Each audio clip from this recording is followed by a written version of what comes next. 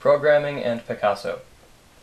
Some years back, I wanted to be able to program a Texas Instruments graphing calculator, and so I went ahead and called a meeting with my old friend Google. I don't remember my first attempts at TI Basic, as the built-in language is called, but I can guess with some confidence that they were largely boring and amateurish and littered with bugs. To be fair, those things still apply, but not, I hope, to as great of an extent. Anyway, I found it a fun way to blend one's logical half with one's Frankensteinian desire to create. Programming isn't really something that you can just start doing without a little bit of help, and so I did some reading to try to get a handle on the basics of TI Basic.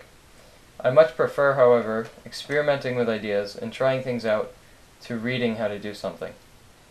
On a related note, Pablo Picasso stated on at least one occasion, "I am always doing that which I cannot do, in order that I may learn how to do it." I suppose that this could be taken literally.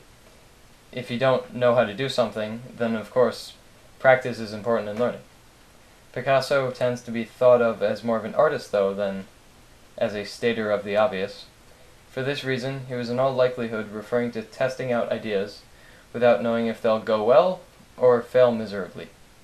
There's also a clear implication of self-teaching. Fiddling with my calculator often doesn't produce the results that I might hope for, but I've done some work that I can be proud of. For example, warning, math incoming. A slope field is something that you can draw to help visualize solution curves of a differential equation, but it can be a pain to draw. Circuitry tends not to mind menial labor, and so I thought it would be a good idea to try my hand at making a slope field grapher program. Fast forward a bit and ta-da, I made one. A calculator is not judgmental, however, and a program can be as useless as one's imagination allows it to be. For example, I've made a rock, paper, scissors game that always beats the human player, and a program that causes the calculator to tell you to do it yourself when you type a problem into it. So far, it may seem that my Picasso comparison is a bit unjustified.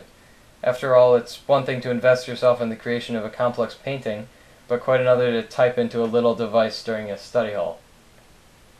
Well, dear skeptical reader, I also have a website where I write on occasion about math and programming. For example, one post discusses some JavaScript code that I wrote that can calculate an irrational number called the golden ratio. I'll be honest, I don't fully know what I'm doing, or even who my target audience is. But it's fun, and I suppose its main purpose is for me to learn about writing and coding.